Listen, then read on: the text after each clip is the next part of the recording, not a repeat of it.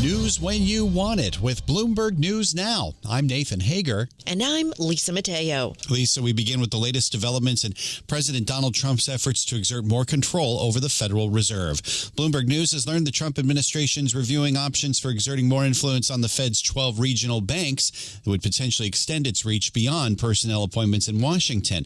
This comes as the president tries to oust Fed Governor Lisa Cook on allegations of mortgage fraud. If he does, it would give him an opportunity to secure a majority on the 7-person Fed Board of Governors. In comments heard right here on Bloomberg Radio, President Trump defended his decision to get rid of Cook at a White House cabinet meeting.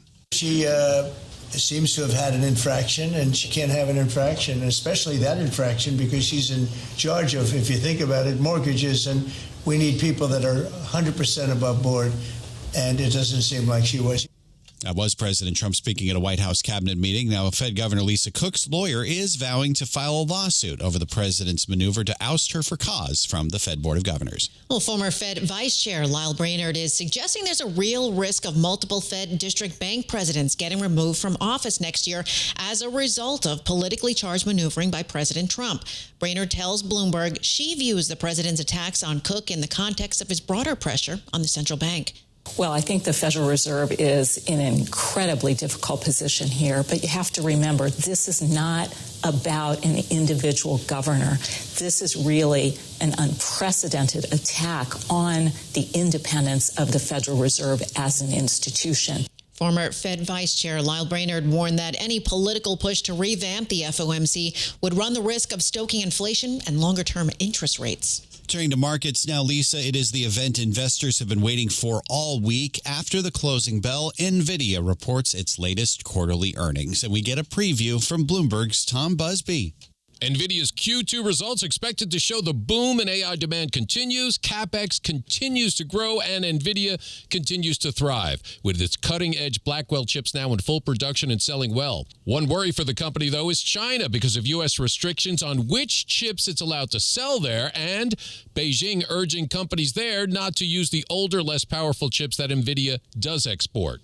Bloomberg tech reporter Ian King speaking to Bloomberg TV on Tuesday about this problem. What is the U.S. government going to do next?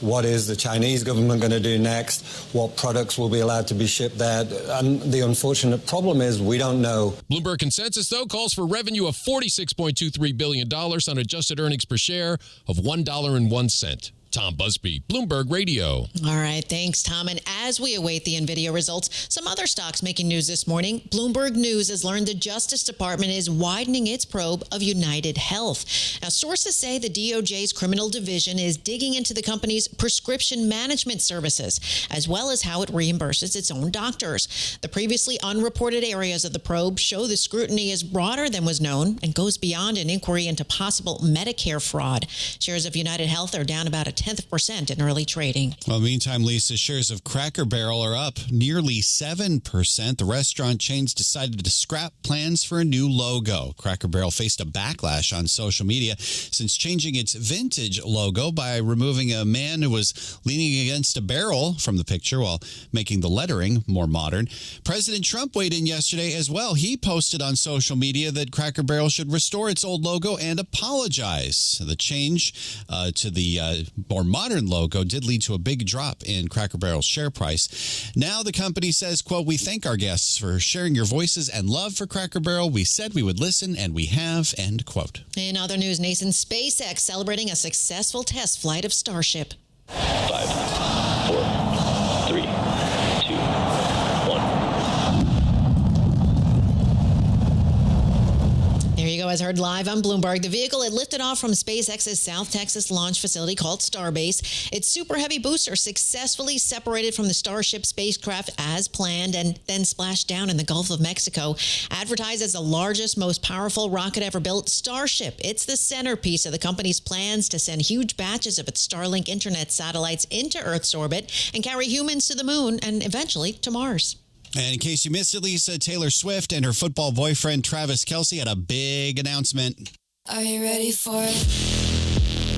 Fans were. The couple announced in a 5-part Instagram post they are engaged. The news has let the games begin on online betting markets. Prediction website Kalshi says gamblers have already made about $80,000 worth of bets on when the wedding's going to be.